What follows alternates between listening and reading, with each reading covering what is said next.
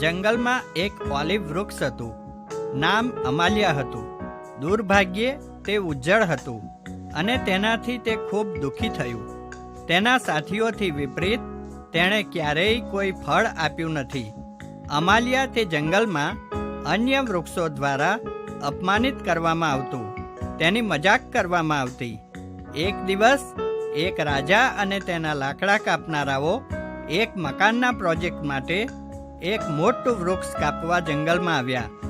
રાજાએ મોટેથી વૃક્ષોને પૂછ્યું, અમે એક નકામું ઝાડ કાપવા આવ્યા છીએ, તો અમને કહો કયું વૃક્ષ નકામું છે? બધા વૃક્ષોએ અમાલિયા તરફ ઇશારો કર્યો. તે સંપૂર્ણપણે નકામું છે. તેણે તેના આખા જીવનમાં એક પણ ફળ આપ્યું નથી, માટે તેને કાપી નાખો. ખચકાટ વિના રાજાએ તેના લાકડા કાપનારાઓને તે ઝાડ કાપવાનો આદેશ આપ્યો. જો કે તેઓ તેને કુહાડીથી કાપવા જઈ રહ્યા હતા ત્યારે વૃક્ષે વિનંતી કરી, મહેરબાની કરીને મને કાપશો નહીં. હું તમારી પાસે ભીખ માંગુ છું. હું કદાચ ઉજ્જળ છું, પણ હું નકામો નથી. પ્રાણીઓને કેમ પૂછતા નથી? જો તેઓ કહે કે હું નકામો છું તો મને કાપી નાખો. રાજા અને તેના લાકડા કાપનારાઓ એક ક્ષણ માટે થંભી ગયા. રાજાએ બધા પ્રાણીઓને બોલાવ્યા અને મોટેથી પૂછ્યું, શું તે એક નકામું વૃક્ષ છે? તરત જ વાંદરાએ બૂમ પાડી, અમાલિયાએ મને જબરજસ્ત મદદ કરી છે. તે મારા અને મારા પરિવાર માટે ઘર પૂરું પાડે છે.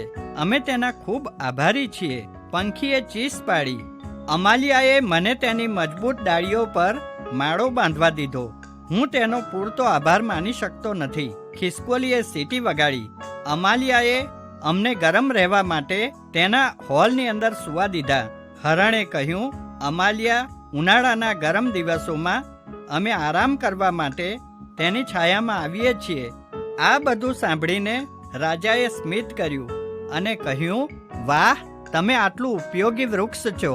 અમાલિયા, તમે કાપવાને લાયક નથી. અમે તો કાપવા માટે બીજું વૃક્ષ શોધીશું.